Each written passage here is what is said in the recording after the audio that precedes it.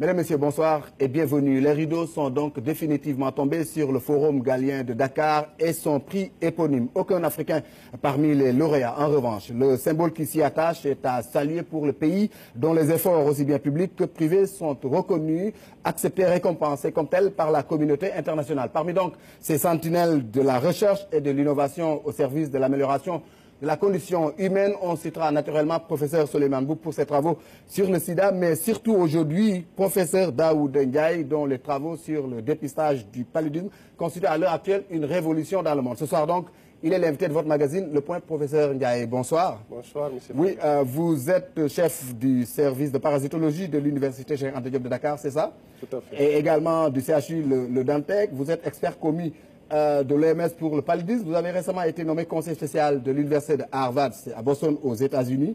Vos travaux ont considérablement révolutionné la lutte contre le paludisme. Vous avez à ce titre donc pris part au Forum Galien. Vous avez co-animé un panel sur le management des maladies infectieuses. Quand on cite le professeur Mboup et qu'aujourd'hui qu'on vous cite, c'est un sentiment de fierté pour vous. Il a été votre professeur. Dans le cadre de la recherche, est-ce qu'on peut dire que l'élève a suivi les traces du maître? Tout à fait, merci beaucoup. En réalité, cela témoigne juste de l'excellence de l'école de Dakar, l'école publique et de l'université de Dakar, parce qu'effectivement, il fait partie de nos maîtres qui ont tout fait pour qu'on soit à ce niveau. Donc, à travers lui, je remercie et je rends hommage à tous les maîtres, tous mes maîtres, depuis l'école primaire de Pékin jusqu'à l'université Cheikh Anta Diop de Dakar, que ce soit à l'échelle nationale comme internationale. Donc oui, c'est une fierté aujourd'hui. D'autant que vous êtes, vous l'avez dit, off the record, vous êtes banlieusard, vous êtes né en Pékin et aujourd'hui vous êtes au firmament de la recherche mondiale en matière de médecine. C'est davantage un sentiment de satisfaction. Tout à fait, parce que comme vous le savez, l'Afrique n'était assimilée en tout cas à la guerre, à la promiscuité, aux maux de ce monde. Et à l'échelle africaine, que ce soit au Sénégal, les banlieusards, en tout cas la banlieue d'où nous sommes originaires, les banlieues ont été quand même mal peints par rapport à l'écosystème.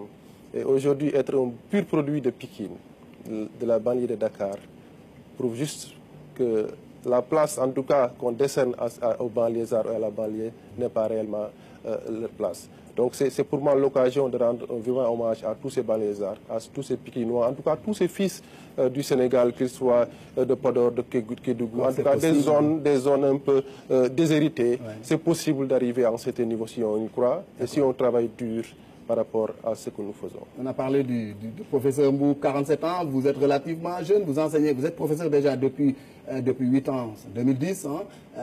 C'est quoi? C'est la relève qui s'assure là?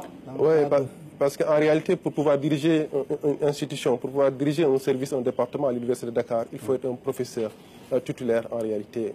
Et si aujourd'hui il n'y avait pas de professeur titulaire, on pourrait dire que dans les universités africaines, en tout cas au Sénégal, il n'y a pas de relève. Mais aujourd'hui, le fait d'avoir des professeurs dans les services, dans les départements, personnellement, après 2 ans, en tout cas, après ma nomination comme chef de service depuis 2016, j'ai eu à former des agrégés. Donc, je peux même dire à mon niveau que j'ai un peu assuré ma relève. Donc, c'est avec fierté, en tout cas. Encore une fois, je rends un vivant hommage aux maîtres de l'école publique de Dakar et je vais dire à l'école sénégalaise d'une manière générale. D'accord, vous êtes parasitologue, on l'a dit, vous avez pris part au Forum Galien de Dakar, vous avez co-animé un panel qui porte un peu sur le management des maladies infectieuses. D'abord, le Forum de Dakar, c'est un événement d'une dimension mondiale qui se tient dans un pays africain, sous les tropiques, un pays sahélien. C'est un choix qui n'est pas fortuit. Pour vous, qu'est-ce qui explique ce choix? Cela prouve une chose. Je pense que vous voyez très bien aujourd'hui, ce n'est pas un hasard si le directeur général de l'Organisation mondiale de la santé, il est africain. Donc depuis plusieurs années, en tout cas le monde a compris, les bailleurs de fonds ont compris, les décideurs, j'allais dire, ont compris que rien ne se fera d'emblée, dorénavant, sans les Africains. Rien ne se fera sans l'Afrique, rien ne se fera sans les pays endémiques. Parce que pendant longtemps, les décisions prises à travers le monde émanaient des pays occidentaux, des pays américains, d'une manière générale, des internationaux. Ils ont compris que pendant de longues années, ils ont financé les programmes de lutte, que ce soit par rapport aux maladies extrêmement qui posent un problème de santé publique, notamment le paludisme ou le sida, l'hépatite, les maladies liées au cancer. Ils ont vu que c'est vrai qu'il y a un recul, mais ils ont du mal à éliminer ces pathologies. C'est maintenant qu'ils ont compris que pour pouvoir aller très vite et très fort par rapport au contrôle de ces maladies, il faut mieux impliquer l'Afrique, il faut impliquer les dignes fils de l'Afrique. Et c'est pourquoi, pour une fois, ce forum est fait, en tout cas réalisé en Afrique, au Sénégal. Et c'est donc l'occasion de s'en féliciter et de rendre un vibrant hommage aux organisateurs de ce forum qui ont accepté de venir en Afrique, particulièrement au Sénégal. Parce que là également, le choix du Sénégal... C'est aussi des efforts qui sont consentis par le pays dans... Tout à fait. Je le disais tantôt, tout à l'heure. Aujourd'hui, le Sénégal fait la fierté de l'Afrique en matière de santé, en matière d'éducation et de formation d'une manière générale. Si vous allez aujourd'hui à l'OMS, la plupart des conseils techniques, en tout cas des stratèges, sont originaires du Sénégal. La plupart des travaux scientifiques de haute facture aujourd'hui, qui sont publiés dans les revues telles que Nature, Science et autres, les décisions, en tout cas les directives qui sont développées, écrites par le monde entier, la plupart de ces experts proviennent du Sénégal. Donc c'est fort de tout cela et des progrès réalisés à travers le système sénégalais en matière de santé, en matière d'enseignement, qu'ils ont compris que s'ils l'organisent au Sénégal, ils auront quand même fait une grande chose en matière L'effet escompté, on l'a dit, vous avez parlé de management, de nouveau management. Il faut une réorientation dans les stratégies et les politiques. Les maladies sont au sud, on l'a dit. L'argent, les décideurs, la science sont au nord. Oui, parce que malheureusement, pendant de longues années, comme je le disais tantôt, l'argent venait et les décisions venaient. Certes, les Sénégalais et les Africains que nous sommes étaient impliqués, mais en moindre mesure. On ne faisait que digérer en généralement un repas qui était servi. Aujourd'hui, ils ont compris... Vous participez-vous dans la confection de ce repas-là? J'allais dire que c'est nous qui créons le cocktail. C'est nous qui réfléchissons. Parce qu'on ne peut pas combattre une maladie qu'on ne connaît pas. Et pour connaître une maladie, il faut la vivre. Il faut la côtoyer. On ne peut pas décider du paludisme aujourd'hui sans impliquer les fils de l'Afrique. Personnellement, aujourd'hui, pourquoi je me suis lancé dans la lutte contre le palu? J'ai eu à faire le palu grave et souffrir d'un coma comme tous les chefs. Donc personne ne m'expliquera, moi, comment se manifeste le palu, quelles sont les conséquences, quelles sont les causes. Vous l'avez vécu de l'intérieur. De l'intérieur. Et je connais les conditions de développement, que ce soit sur le plan vectoriel, que sur le plan parasitaire et même environnemental. L'implication des communautés dans la lutte. Donc aujourd'hui, je ne pense pas qu'il y ait une personne mieux indiquée que nous, en tout cas, par rapport à la lutte contre le palu, à la lutte contre les maladies infectieuses humaines en général, et même les maladies liées au cancer, ou les maladies métaboliques telles que le diabète. Parce qu'on comprend aujourd'hui aisément. Pourquoi j'allais dire que, si vous voyez les rapports à travers le monde par rapport à la prévalence de ces maladies, les 95%, en tout cas, de morbidité et mortalité reviennent en Afrique. Le dernier rapport de l'OMS sur le palu, sur les presque plus de 200 millions de cas, les 200 millions proviennent de l'Afrique au sud du Sahara, 93%. La mortalité en est 453 000 cas en 2017. Les 400 000, donc 92% proviennent en Afrique au sud du Sahara. Ça veut dire que nous vivons la maladie. Et maintenant, c'est nous qui proposons des directives. C'est nous qui proposons, en tout cas à l'international, ce que nous voulons.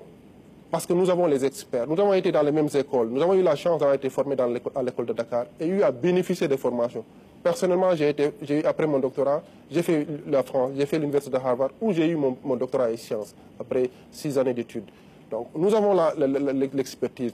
Nous n'avions pas certes les plateaux techniques. Aujourd'hui, pas les moyens aussi, et jusque-là, vous n'en avez pas. Enfin. Les moyens sont limités. Parce que si moi je dis aujourd'hui que j'ai les moyens qui me permettent en tout cas d'aller plus loin par rapport à ce que j'ai fait, par rapport à tout ce que nous avons fait, c'est parce que j'ai eu à postuler par rapport à des grandes de recherche.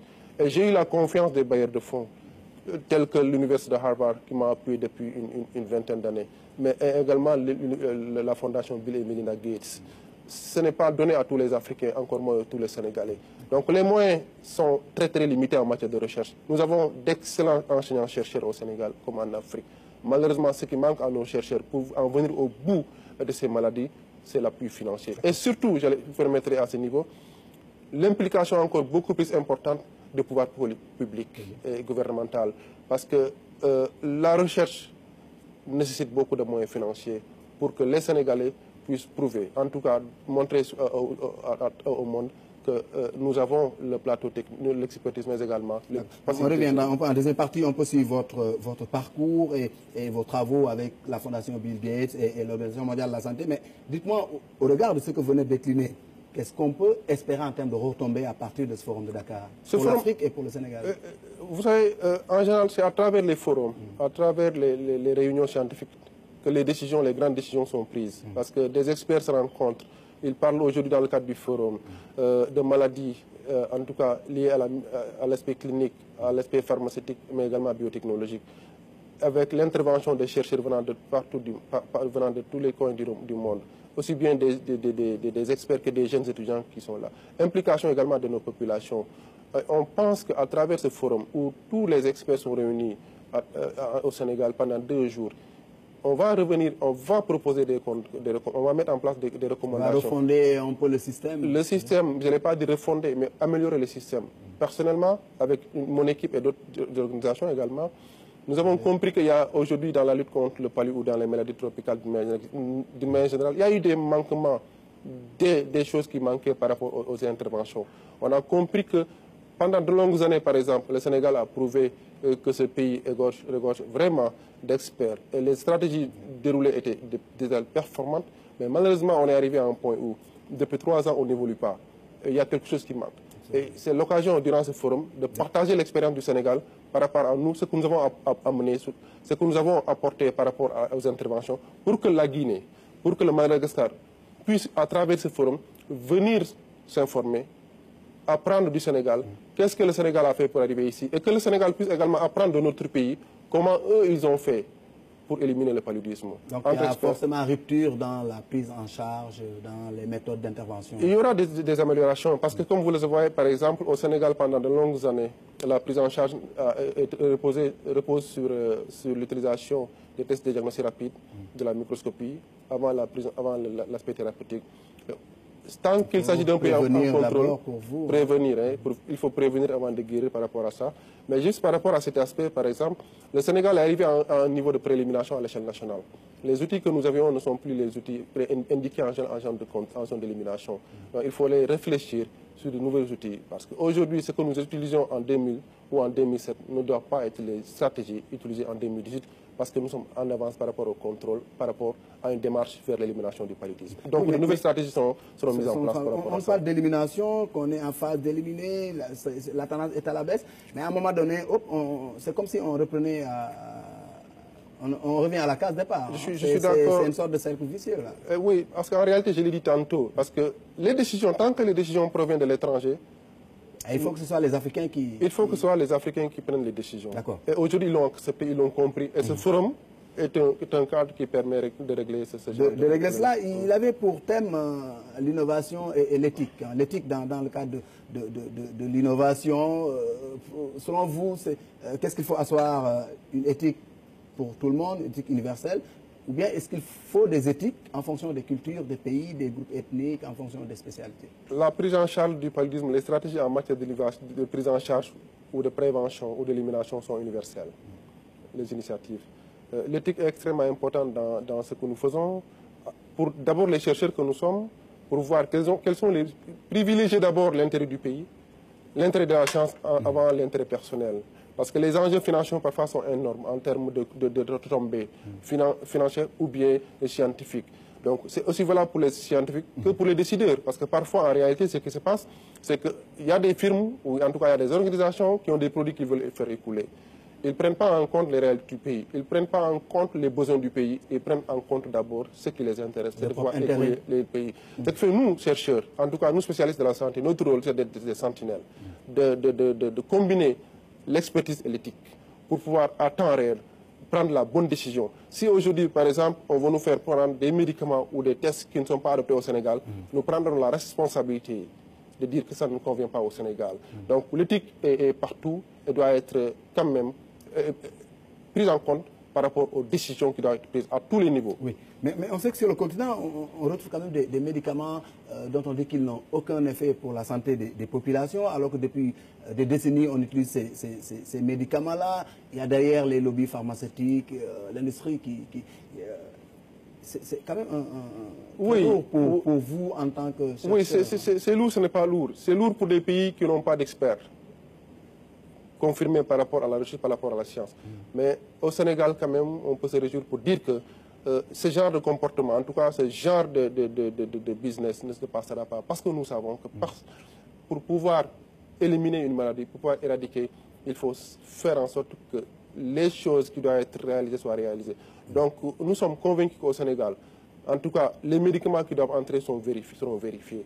Les stratégies qui vont être déroulées feront l'objet d'un consensus par les experts, par les décideurs et même par la population. Il y a une chaîne de validation. Il y a une chaîne de validation à tous les niveaux qui fait que nous, en tout cas au Sénégal, toutes les stratégies qui seront déroulées, mises en œuvre, tous les médicaments qui seront donnés à la population, donnés à la population seront des médicaments, en tout cas, ou des stratégies conventionnelles, acceptées de tous et validées au plan international. Que demain qu'on ne vienne pas nous dire qu'en réalité, vous avez déroulé, vous avez mis en œuvre, mais il y a eu des manquements, parce que telle ou telle chose n'a pas bien fonctionné, donc il faut tout reprendre. Donc nous sommes là comme pour jouer également le rôle de... Vous êtes des sentinelles. L'Afrique a toujours fait face à deux urgences majeures, à savoir les maladies chroniques et les maladies infectieuses, et on parlait à l'époque, enfin jusque-là, de double fardeau. Maintenant, il y a les maladies émergentes, les nouvelles maladies telles que Ebola et tant d'autres. Oui, parce que malheureusement, vous voyez, on veut faire des progrès, et ce soit des progrès sur le plan environnemental que sur le plan vraiment de l'habitat. Et malheureusement, on est en train de voir aujourd'hui une modification extrêmement, je l'ai dit, grave de l'écosystème, de l'environnement.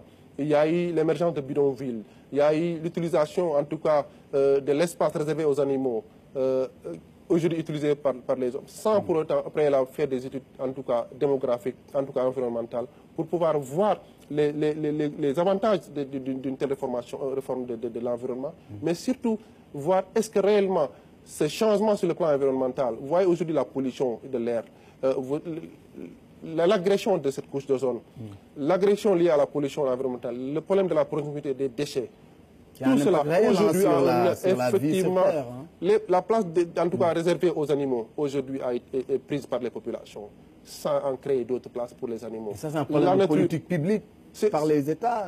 Oui, il y a une responsabilité par les États, des États d'une manière générale, parce qu'en réalité peut-être que les États ne comprennent pas qu'on ne doit pas faire des cités ou bien faire de nouveaux systèmes, en tout cas par rapport à l'environnement, sans prendre en question la gestion de l'environnement. Et c'est ça aujourd'hui qui pousse ces animaux à quitter leur coin, en tout cas là ils résidaient, pour venir vers les villes.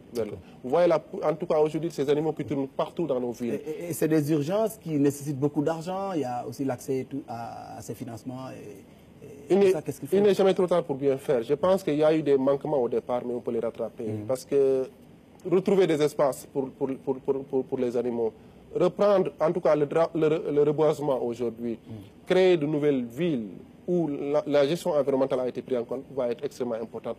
Et regardez aujourd'hui, on parle d'Ebola, on parle de Lassa, de Zika, de dengue. On ne comprend plus ce monde par rapport à ces fléaux-là. Parce que uniquement l'environnement, qui est un élément extrêmement, un déterminant extrêmement important par rapport à la problématique sanitaire, n'est pas réellement pris en compte dans les décisions prises. Tant qu'on n'aura pas associé, en tout cas de façon très claire, cette gestion rigoureuse de l'environnement, la protection de l'environnement, la restauration de l'environnement, nous serons très loin du développement. Parce que moi, quand on parle de développement, on parle non pas seulement de la santé, mais de l'éducation. On parle de développement sur le plan social. Et c'est tout un ensemble qui permettra demain. Parce qu'en réalité, si on veut éliminer ces maladies, on va aller vers le développement. Parce que la réalité est qu'aujourd'hui, pourquoi l'Afrique a du mal à décoller? Parce que uniquement l'Afrique est gangrénée de ces maladies qui ont pour nom paludisme, sida, maladie émergente. Le chef de l'État l'a dit, la santé conditionne le développement. Et c'est ça. Donc, et aujourd'hui, il y a tellement de fonds alloués à ces maladies, à ces programmes, la cancérologie, etc., que si demain, que ce soit au niveau étatique, que ce soit des décideurs, ces maladies puissent être éliminées, cet argent pourra servir au développement. Comment? En utilisant l'éducation comme moyen, comme moteur de développement, en finançant d'autres programmes de formation et d'éducation, pour en arriver au bout de la situation et faire émerger l'Afrique. Et on est ici dans le secteur de la recherche de pointe. L'Afrique est absente? Non, l'Afrique n'est pas absente. Il y a un problème de visibilité. Il n'y a pas de prix Nobel? Oui, c'est là où je dis un problème de visibilité. Et pourquoi? Nous n'avons pas de prix Nobel parce qu'il faut comprendre parfois l'esprit de ce prix et que nous partageons en réalité. Parce que c'est pour encourager ces firmes pharmaceutiques, c'est pour encourager ces organisations qui se battent pour que l'Afrique sorte de sa situation sanitaire. Donc si ces gens, aujourd'hui, je vous dis une chose, la plupart des financements en matière de santé, en matière de recherche, que je connais très bien, proviennent de ces bailleurs-là. C'est une manière de les encourager. Mais c'est une manière également de dire à nos États, demain, l'Afrique, le Sénégal doit être en tout cas le pays ou le continent qui recevra ce prix parce que uniquement une institution de recherche, une institution, en tout cas une firme pharmaceutique ou industrielle, il y a de bonnes choses qui investit dans la recherche, dans la formation. L'innovation, la recherche, tout ça, ça nécessite deux choses. c'est le savoir et l'avoir. Je parlais de l'argent. Vous avez peut-être le savoir, mais vous n'avez pas l'avoir. Non, je suis parfaitement d'accord. Parce que je ne peux pas prendre ce qui est valable pour moi et le mettre à l'échelle nationale. L'argent est un moteur extrêmement important comme pôle de développement, pôle de croissance. Et aujourd'hui, les chercheurs africains, de manière générale, ne sont pas bien financés. C'était la fenêtre sur un peu le forum de Dakar. Revenons à vous. Vous avez mis au point un test révolutionnaire dans le cadre du dépistage du paludisme. Parlez-nous un peu de cette trouvaille et de ces travaux. C'est un travail de longue haleine, d'une vingtaine d'années, parce que comme je l'ai dit, je me suis engagé personnellement à l'âge de 13 ans, 14 ans, pour participer à en tout cas dans le groupe de ceux qui vont éliminer le paludisme. Parce que j'ai compris cette maladie et son impact négatif par rapport à la population, par rapport à nos villes, à nos pays d'une manière générale. Donc c'est dans ce cadre-là que j'ai travaillé personnellement pour comprendre cette maladie. Et ce qui m'a amené un peu, après ma formation, à me spécialiser à la génomique. Parce que tant qu'on ne connaît pas l'aspect génomique du parasite, on ne comprend pas la maladie. Et pendant toutes ces années, j'ai travaillé à voir les problèmes liés au diagnostic. Parce que malheureusement, tous les outils que nous avions, personnellement, j'ai eu à faire le rapport, le palugraphe, parce que le diagnostic n'était pas fiable. Et je n'aurais pas aimé qu'un jour, en tout cas mon fils, en tout cas mon enfant ou une tierce personne du pays puisse subir la même chose. Mais il fallait trouver des stratégies nouvelles par rapport au diagnostic. Et c'est ce qui m'a valu un travail extrêmement important en collaboration avec les autres pour aujourd'hui développer un outil qui permet quand même de tester. Cet outil-là est en place. Quelle est sa portée? Sa portée, comme je l'ai dit, on ne peut pas éliminer le paludisme tant qu'il y aura un seul cas qui circule dans un pays, où il y a 2 cas qui circulent. Et les tests que nous avions aujourd'hui n'étaient pas des tests qui pouvaient détecter tous les cas en réalité. Et aujourd'hui, l'impact, il est réel? Il est réel parce que non seulement on l'a démontré sur le plan épidémiologique, mais à l'échelle internationale, aujourd'hui, si vous allez dans les pays qui ont beaucoup de moyens, ce test qui est en train d'être utilisé et qui aide beaucoup par rapport à la prise en charge, même à la lutte contre le paludisme. À la faveur de ça, l'OMS, l'Organisation mondiale de la santé, vous commet, la fondation Bill Gates vous finance et vous me disiez tout à l'heure que vous êtes un des rares, en tout cas chercheurs, qui a été financé sans appel d'offres. Ça confirme la reconnaissance aujourd'hui qu'a... Tout à fait, parce que parfois, ils veulent aller très vite. Ces appels d'offres, en tout cas, ces appels à submission... Mais qu'est-ce que tout cela vous fait d'être reconnu comme ça et de bénéficier du financement à l'échelle mondiale? Une fierté d'être africain et d'être sénégalais. Parce qu'en réalité, pour moi, c'est l'école de Dakar, c'est le Sénégal, c'est la banlieue qui est primée. Donc, je suis fier aujourd'hui de dire que je suis sénégalais. Je suis fier de dire que je suis pikinois et je suis fier de dire que je proviens de l'école sénégalaise. Vous travaillez pour l'Organisation mondiale de la santé. Vous êtes l'auteur de beaucoup de validations dans le cadre de recherche pour donner un critique sur des brevets. C'est quelque chose de très important. Est-ce que derrière, vous ne faites pas l'objet de pression? Oui, c'est très lourd en responsabilité. Parce que, qu'est-ce que vous faites en réalité là-bas? Oui, je conseille l'Organisation mondiale de la santé en matière de décision, en matière de stratégie. Donc, la plupart des décisions sont prises à notre niveau. Et ce qui se passe aujourd'hui, même pour certifier un pays sur le palier, pour dire que le pays, il n'y a plus de palier par rapport à ces pays, j'ai mon mot à dire. Les directives, parfois, ne sont pas, en tout cas, là pour arranger certains décideurs ou certaines industries, en tout cas, de haut niveau, de haute facture. Donc, il y a toujours une pression qui est là. Les gens peuvent proposer Parce que notre rôle, je l'ai dit tantôt, c'est le rôle de sentinelle. Et parfois, quand même, effectivement, il y a une pression forte sur cela par rapport à des décisions que nous devons prendre. Parce que quand on décide pour un monde, par rapport à un médicament, par rapport à un moyen de diagnostic, par rapport à une stratégie, et qu'il y ait des enjeux extrêmement importants. Il y a les lobbies qui sont les lobbies sont là. Donc, mais nous continuerons de croire en Dieu parce que nous le faisons pour le pays.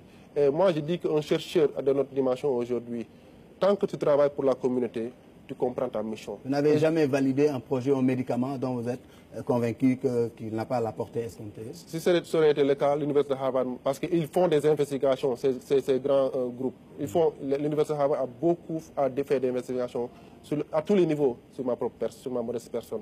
Si c'était encore lié à ça, Bill Gates ne m'aurait pas reçu au mois de mai. C'est fort de tout ça qu'ils ont compris qu'au-delà de l'aspect scientifique, l'expert qu'il est, il y a un esprit éthique qui est là. Sinon, il revient ici, c'est l'éthique qui est là. Parce que pour moi, il n'y a rien de plus important que la vie d'une personne. J'aurais failli à ma mission si je préférais de l'argent, d'aller à l'étranger et d'oublier mon pays. J'aurais en tout cas échoué à ma mission si je préfère signer un contrat, ou en tout cas valider un produit, en tout cas développer une stratégie. J'ai beaucoup de sollicitations dans ce sens. C'est normal, c'est normal. Il est extrêmement difficile, nous sommes dans une position où il est difficile en réalité parce que la pression est là. Mais heureusement, comme je l'ai dit, nous savons d'où nous venons et nous savons où est-ce que nous allons. Parce que vous devez pour votre pays, pour mon pays, je dois beaucoup de choses à la jeunesse de mon pays. Je dois beaucoup de choses à mon pays, à la population du Sénégal et d'Afrique. Donc tant que je serai conscient, en tout cas, je ne travaillerai que pour l'intérêt du Sénégal et l'intérêt de la population africaine, sénégalaise d'une manière générale. Et sous ce rapport-là, vous parvenez à allier l'université, l'hôpital, un peu le niveau international? C'est difficile, mais heureusement, je l'ai dit tantôt, très vite, j'ai compris qu'il me fallait une équipe très forte. Et j'ai tout fait pour encadrer mon personnel pour avoir des agrégés. Et un personnel jeune, très performant, pour faire mon travail correctement d'enseignant-chercheur, mais également de décideur par rapport aux stratégies du monde. Et toutes ces découvertes, c'est à partir de votre laboratoire du CHU Dantec, comme le professeur Mboup, c'est à partir du Sénégal que vous êtes aujourd'hui arrivé sur le toit du monde? J'ai toujours refusé de faire mes travaux à partir de l'étranger, parce qu'il n'y aura jamais de reconnaissance africaine. Et je le dis, je le répète, pourquoi ce genre de forum aujourd'hui en Afrique? Parce qu'ils savent, ils ont toutes les informations, les publications le disent, que les travaux que nous menons, personnellement tous les travaux que je mène, sont réalisés à Dakar par des jeunes Sénégalais, par des jeunes étudiants et chercheurs qui ont fini de prouver effectivement que les Africains ont l'expertise pour dérouler et pour que demain, des maladies comme le paludisme, sida, hépatite, Ebola disparaissent totalement de l'Afrique et du monde. Je vous remercie. C'est moi. Le point ce soir est fini. Rendez-vous mercredi prochain.